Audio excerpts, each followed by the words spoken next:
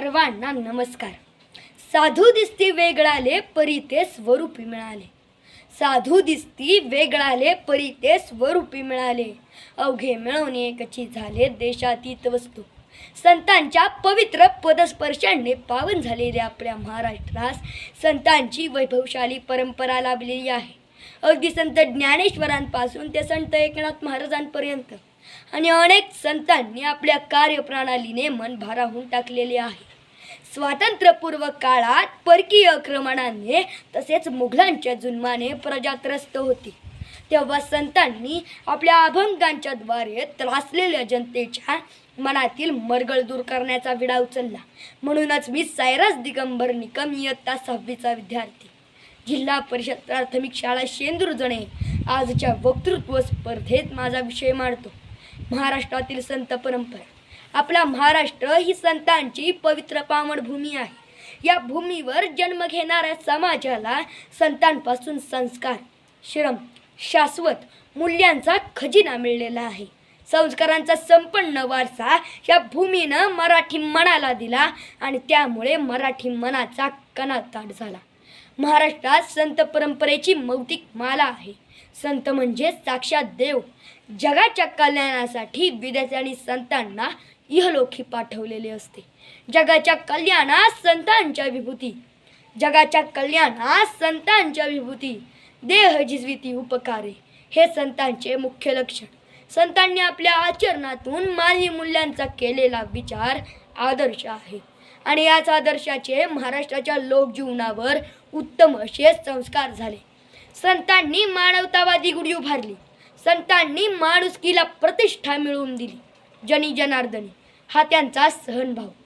संत हे समाजापुढील आदर्श असल्यामुळे त्यांचे जीवन समजून घेण्याची ओढ प्रत्येक मनाला वाटते. अनासक्त माणूस लोकोद्धाराचं केवढं प्रचंड कार्य करू शकतो याचं मूर्तिमंत उदाहरण म्हणजे आपल्या महाराष्ट्रातील संत परंपरा. खरंच आपल्या महाराष्ट्रातील संत मंडळी म्हणजे आपल्या संस्कृतीचे कळस. काय मानू मी संतांचे उपकार, अहो काय मानू मी संतांचे उपकार, म्हणून निरंतरच जागविती. महाराष्ट्रात संतांची मोठी परंपरा आहे. अगदी संत ज्ञानेश्वरांपासून ते संत एकनाथ महाराजांपर्यंत अनेक संतांच्या आध्यात्मिक रूढी परंपराकडे पाहण्याची एक निर्मळ दृष्टीही दिली आहे. सध्याच्या काळात आपण ज्ञानाने समृद्ध होत आहोत याचे संपूर्ण श्रेय आपल्या संत मंडळींना जाते हे आपण विसरता कामा नाही. 12व्या शतकाच्या आरंभापासून महाराष्ट्रात सांस्कृतिक प्रबोधनाची लाट आली. नाथ, लिंगायत, वैष्णव आदी संप्रदायांनी आपल्या धार्मिक कार्यांमुळे समाज जीवनावर मोठा पगडा पाडला होता. सदर संप्रदायातील संत मंडळी सर्व जाती धर्मातील होती. आपल्या महाराष्ट्रात वेगवेगळे संप्रदाय आहेत. त्या संप्रदायांची वेगवेगळी वैशिष्ट्ये आहेत. संत रामदास स्वामी यांचे समकालीन संत तुकाराम म्हणतात की मऊ आम्ही मेणाहुनी विष्णुदास, मऊ आम्ही मेणाहुनी विष्णुदास, कठीण वज्रास भेदवैसे. याचा अर्थ आम्ही मेणाहुनी मऊ आहोत आणि इंद्राच्या हातातील वज्रास भेदून टाकू, फोडून टाकू इतपत कठीण आहोत. संतांचे जीवन व त्यांची वचने यातून समाज प्रबोधन होऊन त्या दिव्य प्रकाशात समाज उजळून नाही तर नवल असा याचा अर्थ होतो. प्रेम ही प्रत्येकाची जगण्याची शक्ती आहे. प्रेम म्हणजे भक्ती.